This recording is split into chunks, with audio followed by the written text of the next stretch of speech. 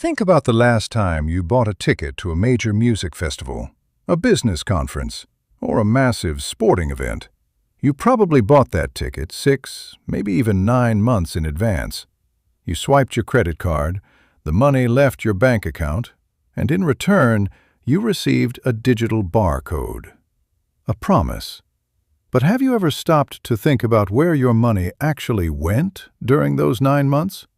You might assume it went to pay the artists, the venue, and the staff.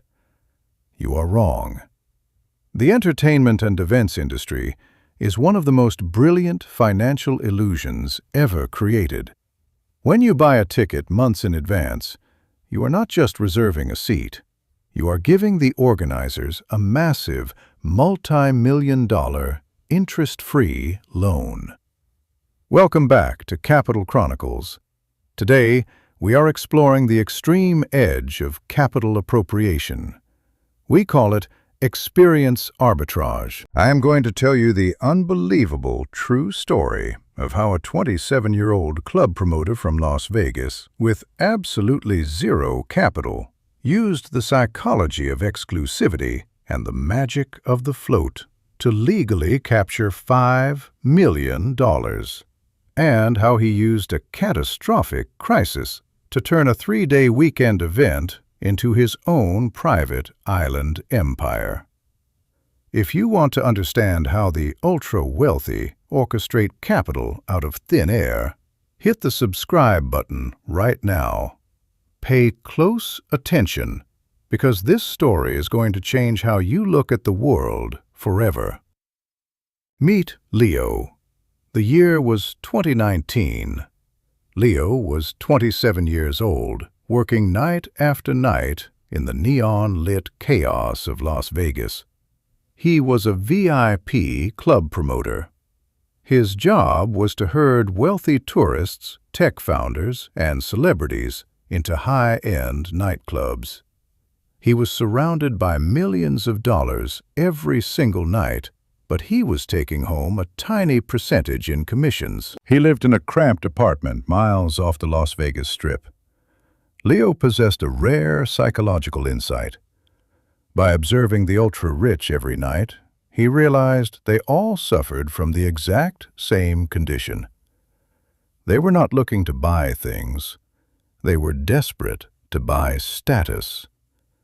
They craved exclusivity.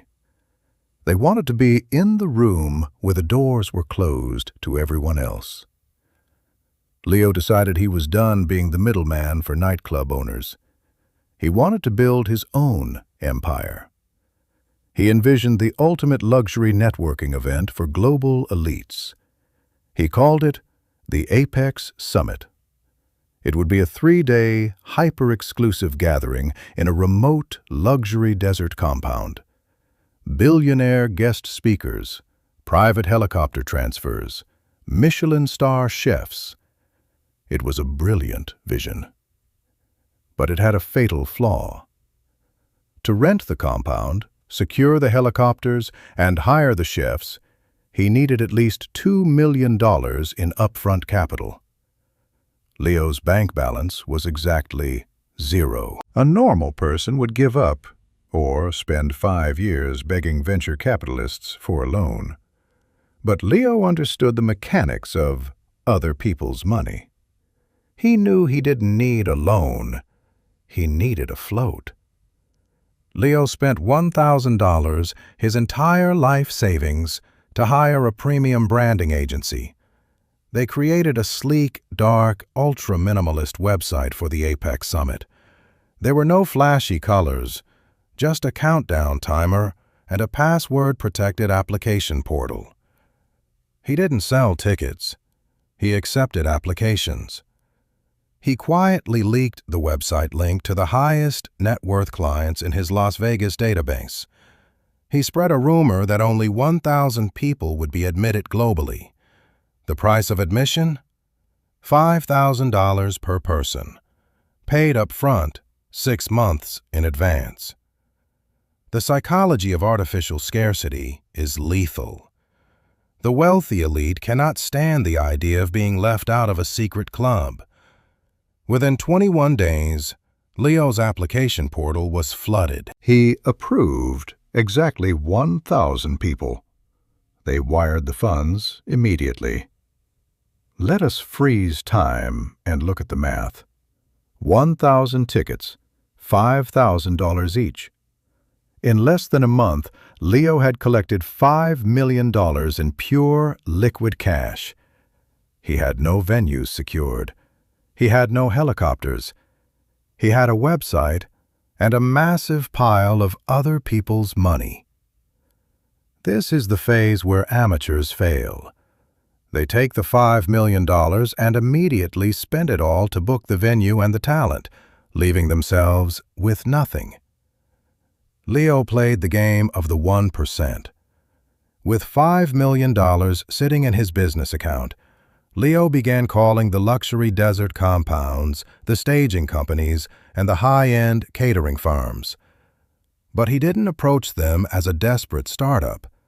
He approached them with the supreme confidence of a man holding $5 million. He showed them the guest list: CEOs, celebrities, hedge fund managers. Leo offered the vendors a deal. He told them, "I am bringing the most powerful people on earth to your business. I will give you a 10% deposit today to lock the date, but the remaining 90% will be paid under net 30 terms, strictly after the event concludes."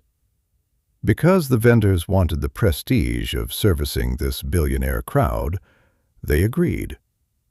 Leo paid out roughly $500,000 in deposits. He was now holding $4.5 million in his bank account. The event was still 6 months away. The vendors wouldn't be fully paid until 7 months from now. Leo had just generated a $4.5 million float.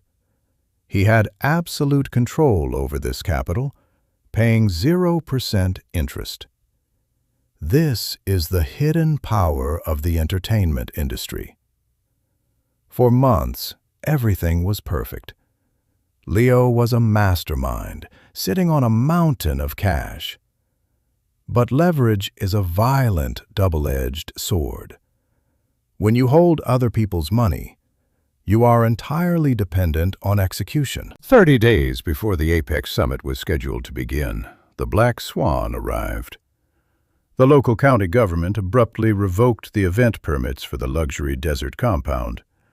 A sudden environmental lawsuit regarding the land had completely frozen all commercial activity on the property. It was a hard stop. The venue owner called Leo in a panic. The event could not happen.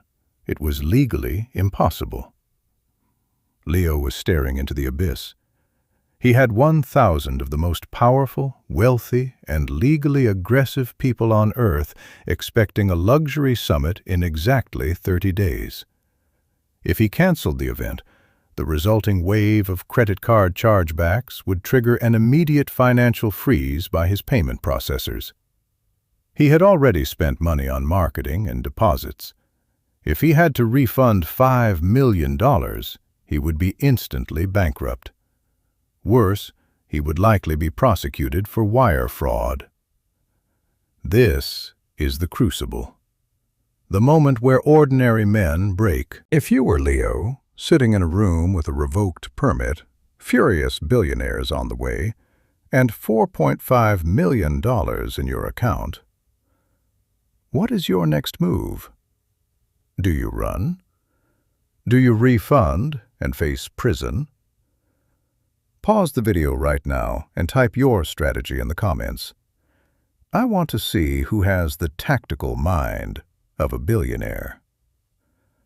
Leo did not break. He looked at his ultimate weapon, the float. He still had $4.5 million in liquid cash. He realized that a crisis is simply a sudden change in market conditions. He didn't search for another desert venue. He knew he needed something entirely outside of local U.S. jurisdiction, something bulletproof. He immediately contacted a distressed asset broker specializing in Caribbean real estate. Leo found exactly what he needed: a small abandoned private island in the Bahamas that included a fully built but financially ruined luxury resort. The bank had foreclosed on it and was desperately trying to auction it off to recover their losses. The asking price for an immediate, all-cash closing was $3.8 million. Leo didn't hesitate. He took $3.8 million of his customers' money from the float and wired it directly to the Bahamian bank. Within 48 hours, Leo, the broke club promoter, was the sole owner of a private island and a luxury resort. Now came the most dangerous public relations pivot in history.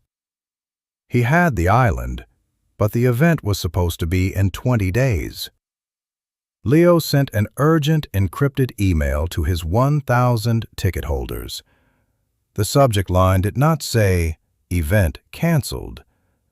The subject line read, "The Apex Summit. Ascension." He wrote to them with absolute authority. He stated, "The original desert venue could no longer guarantee the absolute privacy and security that our elite members demand. So we did not find a new venue. We bought an island." Leo explained that the 3-day event was being permanently postponed to allow for a multi-million-dollar renovation of the island. But here was the masterstroke. He told them, "Because you believed in the Apex vision from day one, your $5,000 ticket is not just for a weekend anymore. It is now a lifetime founder's pass to the Apex Island Club. You are now part of history." The psychology was flawless. He took a logistical disaster and reframed it as an ultra-exclusive upgrade. The wealthy clients didn't want their $5,000 back. $5,000 was nothing to them. What they wanted was the status of being a founding member of a private island club. Not a single person requested a refund. Not one. Leo survived. He took the remaining $700,000 from his float and used it to slowly renovate the island over the next year. He renegotiated with his previous vendors, offering them free vacations at the resort in exchange for returning his deposits. Today, the Apex Island is a functioning, ultra-premium private resort. Leo sells new memberships for $50,000 a year. He built a real estate and hospitality empire worth tens of millions of dollars. And he did it without a single dollar of his own money. He used the customer's money to generate a float. He used the vendor's time to protect that float. And when disaster struck, he used that exact float to buy a physical asset that solved the problem entirely. This is the ultimate lesson of capital appropriation. The world is divided into two types of people: those who let their money float away and those who capture the float. The traditional system wants you to pay immediately and wait for your reward. The titans of the economy reverse that formula. They collect the reward immediately, and they delay the payment until they have built an empire in the space between. Stop viewing money as a limited resource. View it as a river. If you can build a dam of exclusivity, trust, and masterful negotiation, you can direct that river to carve out any reality you want. If this deep dive completely shattered how you view the events and real estate industry, hit the like button right now. Share this documentary with someone who is ready to stop thinking like a consumer and start thinking like an architect. And if you want to continue learning the forbidden financial blueprints that the top 1% use to print money out of thin air, make sure you are subscribed to Capital Chronicles. Turn on the notification bell, because the next secret we reveal might just be the one that builds your empire. I will see you at the top.